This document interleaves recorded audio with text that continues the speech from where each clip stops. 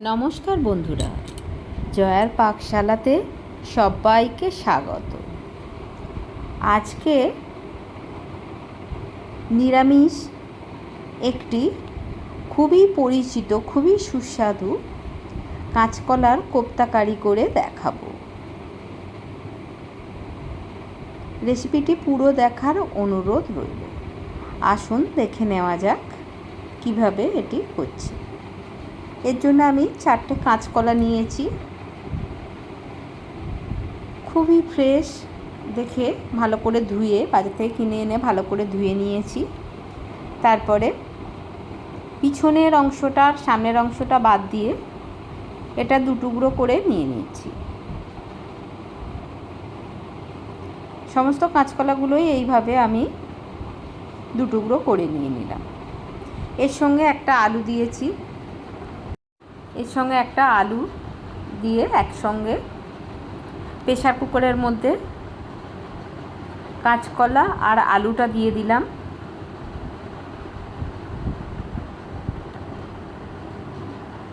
এর মধ্যে এবারে জল দিয়ে দিলাম। জলটা একদম যেন কাঁচকলা আলুটা ডুবে থাকে এই রকমভাবে জলটা দিয়ে দিলাম। 1/2 চামচ হলুদ দিলাম আর একটু সর্ষের তেল দিলাম। তেল দিলে এই প্রেসার কুকারের মধ্যে কাঁচকলা যে একটা কালো ভাব থাকে সেটা খুব তাড়াতাড়ি উঠে যাবে। আমি একটা পেস্ট বানিয়ে নেব। এর জন্য 3টে কাঁচা লঙ্কা নিয়েছি, একটা টমেটো নিয়েছি, 1.5 ইঞ্চি আদা নিয়েছি আর অল্প একটু নারকেল নিয়েছি।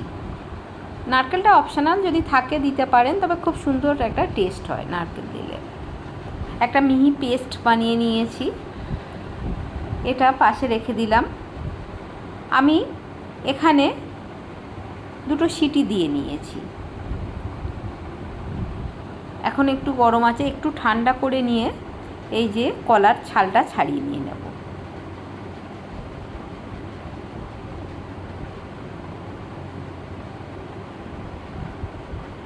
এইভাবে কলার ছালটা ছাড়িয়ে ভিতরের যে অংশটা সেটা নিয়ে নিতে হবে। কলার ছালটা খুব সুন্দরভাবে বেটে নেওয়া যায়, অসম্ভব টেস্টি খেতে হয়। আপনারা যদি এই রেসিপিটা চান তাহলে কমেন্ট বক্সে কমেন্ট করুন। আলুটাও, কলাটা ছাড়িয়ে নেওয়া হয়েছে, আলুটাও ছাড়িয়ে নিলাম।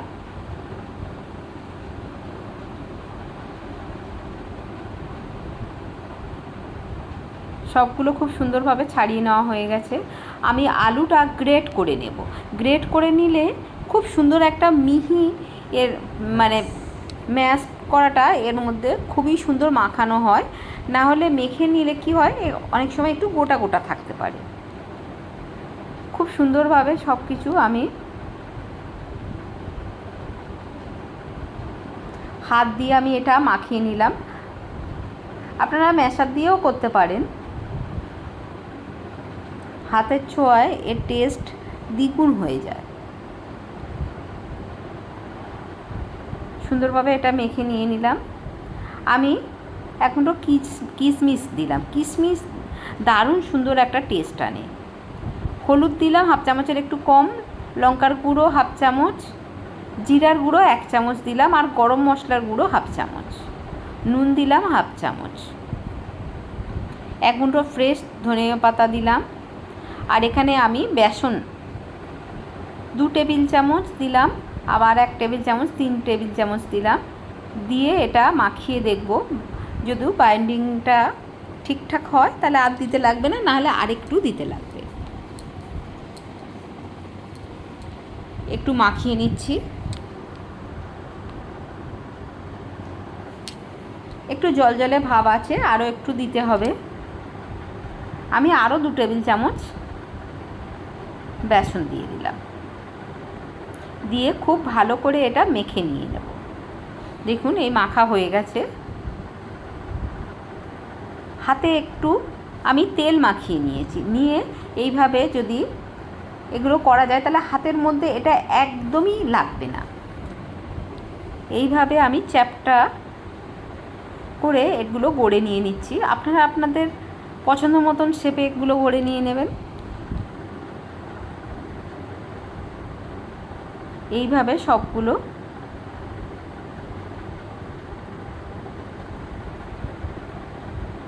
আরও একটা গড়া দেখিয়ে দিচ্ছি।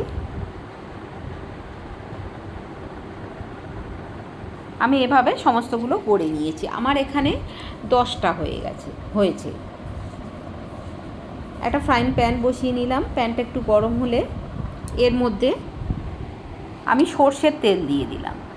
রান্নাটা সর্ষের তেলে হবে। তেলটা খুব ভালো করে গরম হয়ে গেছে। আমি একটা একটা করে এর মধ্যে বড়াগুলো দিয়ে দিচ্ছি। এখানে সবগুলো একসঙ্গে ভাজা যাবে না, যতগুলো ভাজা যাবে আমি একবারে ভেজে নেব।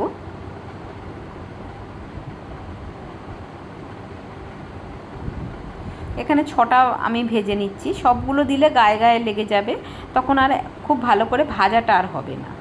সবসময় ভাজাটা মিডিয়াম ফ্লেমেই ভাজতে হবে। ফ্লেম হাই থাকলে ওপর থেকে অত্যাধিক কালো হয়ে যাবে, ভিতরটা খুব কাঁচা থেকে যাবে, তখন আর খেতে ভালো লাগবে না। এক পিঠ হয়ে গেছে, আমি আরও এক পিঠ এইভাবে উল্টে দিয়ে দিচ্ছি। সমস্তগুলো উল্টে দেওয়া হয়ে গেছে। আমি আর একটু লালচে করে ভেজে নেব এটা।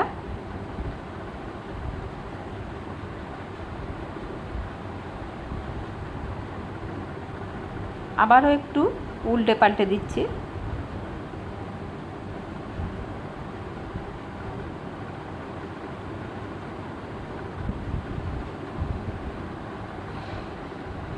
বিকেলবেলা গরম চায়ের সঙ্গে এইভাবে স্ন্যাক্স হিসাবে অপূর্ব খেতে লাগে। এগুলো ভাজা হয়ে গেছে, আমি তুলে নিচ্ছি।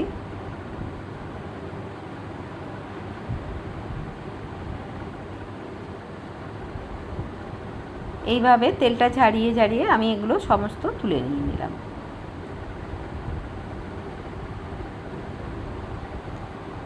আবারও যে কটা আমার বাকি আছে 4টে, আমি সেই 4টে দিয়ে দিলাম।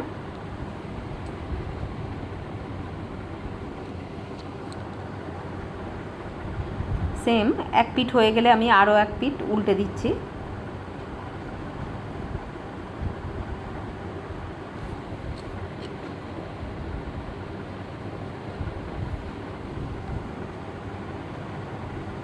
সবগুলো উল্টে দিয়ে দিয়েছি, হয়ে গেছে।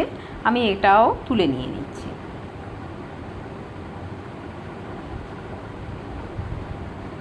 কড়াইতে অনেকটাই তেল আছে, দেখুন কত সুন্দর লালচে করে ভেজে নিয়েছি। এটা অসম্ভব সুন্দর দেখতে লাগছে, চপের মতো, আলুর চপ মনে হচ্ছে।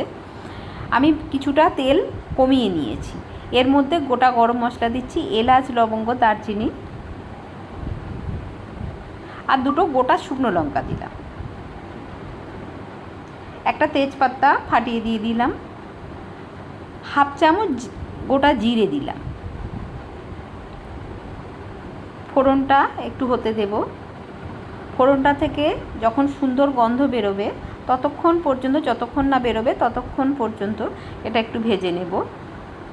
আমি যে পেস্টটা বানিয়ে রেখেছিলাম সেইটা দিয়ে দিলাম।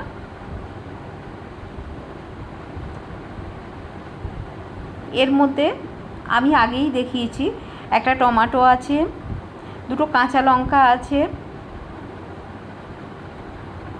আর একটু নারকেল আছে।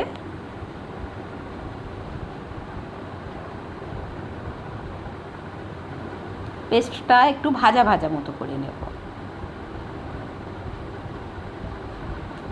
এর মধ্যে গুঁড়ো মশলা দিলাম, হাফ চামচ হলুদ, হাফ চামচ লঙ্কার গুঁড়ো, ধনিয়ার গুঁড়ো 1 চামচ, আর জিরের গুঁড়ো 1 চামচ দিলাম।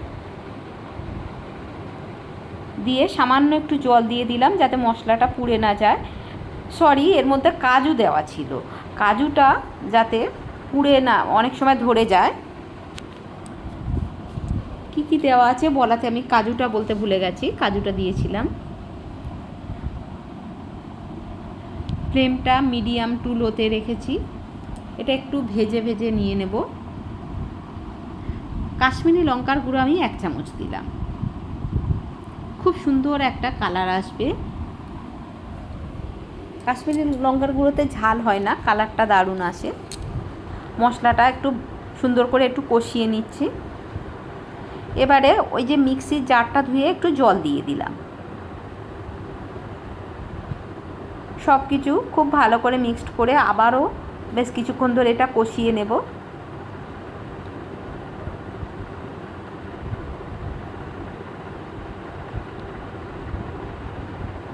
দু তিন মিনিট ধরে এইভাবে কষাতে কষাতে দেখুন তেলটা ছাড়তে শুরু করে দিয়েছে মশলা থেকে।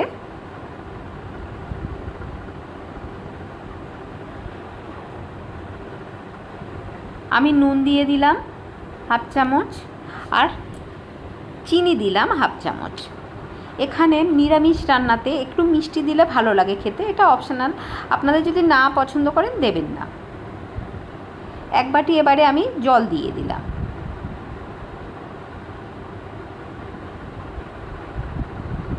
এটা একটু ফুটতে দেব।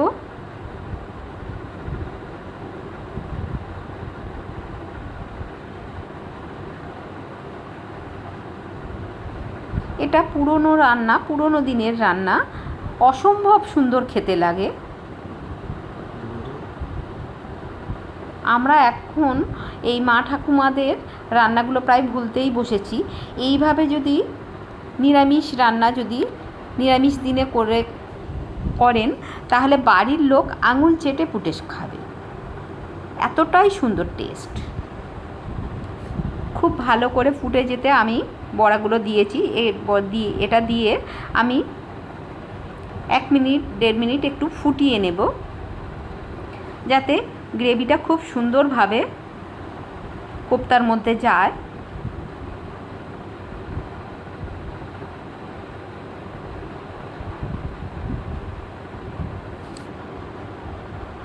আমি এর মধ্যে 1 চামচ ঘি দিয়ে দিলাম। নিরামিষ রান্নাতে ঘি খুবই সুন্দর লাগে।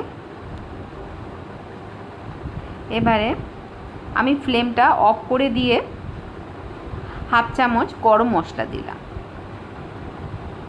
দিয়ে খুব ভালো করে একটু গরম মশলাটা যাতে এর মধ্যে যায় সেই জন্য একটু উল্টে পাল্টে দিয়ে ভালো করে একটু উল্টো পাল্টে দিয়ে দিচ্ছি আর কি। সব দেওয়া হয়ে গেছে। এবারে আমি এটা ঢাকা দিয়ে 2 মিনিট রেখে দেব স্ট্যান্ডিং টাইমে। রেসিপিটি ভালো লাগলে লাইক, শেয়ার, কমেন্ট এবং সাবস্ক্রাইব করতে ভুলবেন না। পাশে থাকা বেল আইকনটি প্রেস করে দেবেন। আমার নেক্সট ভিডিওর নোটিফিকেশান সবার আগে আপনার কাছে পৌঁছে যাবে। আমি একটা প্লেটের মধ্যে সার্ভ করে নিয়েছি। কেমন লাগলো অবশ্যই কমেন্ট বক্সে জানাবেন। ভালো লাগলে লাইক, শেয়ার, কমেন্ট এবং সাবস্ক্রাইব করতে ভুলবেন না। পাশে থাকা বেল আইকনটি প্রেস করে দেবেন। আমার নেক্সট ভিডিওর নোটিফিকেশান সবার আগে আপনার কাছে পৌঁছে যাবে। কেমন লাগলো অবশ্যই কমেন্ট বক্সে জানাবেন।